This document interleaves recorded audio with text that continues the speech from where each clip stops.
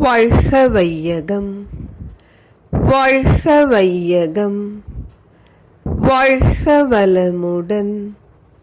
குருவே துணை. அனைவருக்கும் அன்பு வணக்கம். ஆசான் அருட்தந்தை வேதாத்ரி மகரிஷி அவர்களது ஞான களஞ்சிய கவிதைகள் சிந்தித்துக் கொண்டிருக்கிறோம். இன்று கவி எண் 213 சிந்தியுங்கள் என்பது தலைப்பு. அன்புமிக்க நண்பர்களே, உங்கள் போக்கை அலட்சியமோ எதிர்ப்போ நான் செய்யவில்லை. இன்ப துன்ப இயல்பறிந்து எண்ணம் ஈசன் இருநிலையும் உணர்ந்து உலகை நோக்கி நிற்கும் என் கருத்து, ஜாதி மொழி நாட்டுப்பற்றால் எக்காலத்தும் வாழ்வில் நிலவுகின்ற துன்பங்கள் மனிதருக்கோ தமிழருக்கோ துளியும் குறையா பெருகும் என்பதாகும். இதுதான் ஆசான் அருட்தந்தை அவர்கள் இறைவனாகவே நிற்கிறார். இறைநிலை உணர்ந்தவர்க்கு எவரைதான் பகைக்க முடியும்?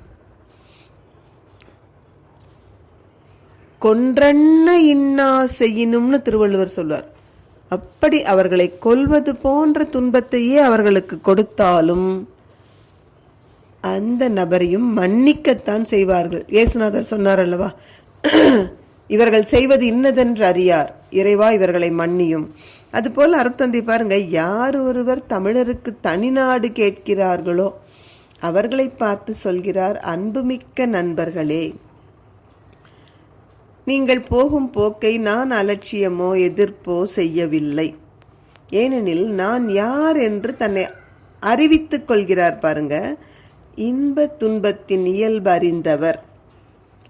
இறைவன் நிலை, அந்த இறைவனே எண்ணமாக இருக்கும் இருநிலையும் உணர்ந்த காரணத்தால் இந்த உலகை விட்டுட்டு எங்கேயோ போய் இறைவனோடே இணைந்து தவம் பண்றேன்னு உட்கார்ந்துக்கல, இந்த உலகத்திலேயே தான் இருக்கார்.